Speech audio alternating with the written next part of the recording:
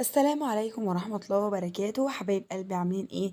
اللهم صل وسلم وبارك على نبينا محمد عليه افضل الصلاة والسلام. كل سنة وانتم طيبين وعيد سعيد علينا وعليكم، وربنا يعيد علينا الايام بألف خير. زي ما عملنا معاكم الكحك والبسكويت والقراقيش، طبعا ما ينفعش يعدي العيد الا لما نعمل الترمس القمر ده. تابعي معايا الفيديو للاخر، جايبه لكم سر التسويه والسر في الخلطه القمر او الدقه القمر اللي بتتعمل دي من قلب عربيه الترمس. اول حاجه جبت معايا نص كيلو من الترمس السريع. انا بستخدم السريع مش البلدي، ده احسن في التسويه واسرع في التسويه، طعمه كمان بيبقى حلو ومش هنحتاج كل شويه نغير له الميه. اول حاجه نقيت كده الترمس، اي حاجه مش كويسه هو والحمص، اي شوائب فيه او اي قشر والكلام ده كله. بعد كده بدأت اغسلهم هما الاتنين وحطيتهم على جنب، غليت لهم شوية مية. هنبدأ ننقعهم 4 ساعات في مية سخنة. ال4 ساعات دول ممكن يبقوا من بالليل للصبح، بس اقل مدة نقع هي 4 ساعات يا حبايب قلبي. زي ما انتوا شايفين كده بدأت انقعهم، واي اي حاجة هتطب على المية دي ايه نشيلها، دي بتبقى ايه مكسورة من جوه وفاضية. تمام كده. بعد كده بعد ما عدى ال4 ساعات ده كان منظره.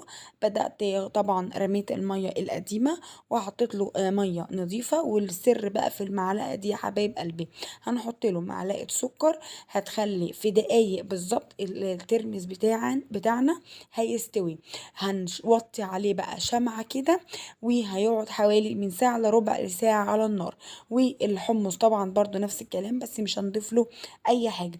دي كده هنا بعد ما اللي استوى ما شاء الله الكمية بتاعته اتضاعفت هو والحمص. هنبدأ بقى نشوف زي ما انتوا شايفين معايا كده، ما شاء الله الترمسية مستوية وزي الفل. انا بحبها ايه مستوية شوية يعني، مش بتعض. تمام. بدأت بقى شطفتهم طبعا شطفتين، وبدأت احطهم على بعض. وهنبدأ نقلب بقى ونشوف التسوية بتاعتهم، التمليح اسفة، التمليح بتاعهم هيبقى عامل ازاي. بدأت بقى طبعا احط مية والملح. تمام كده. وهقلب بالمعلقه.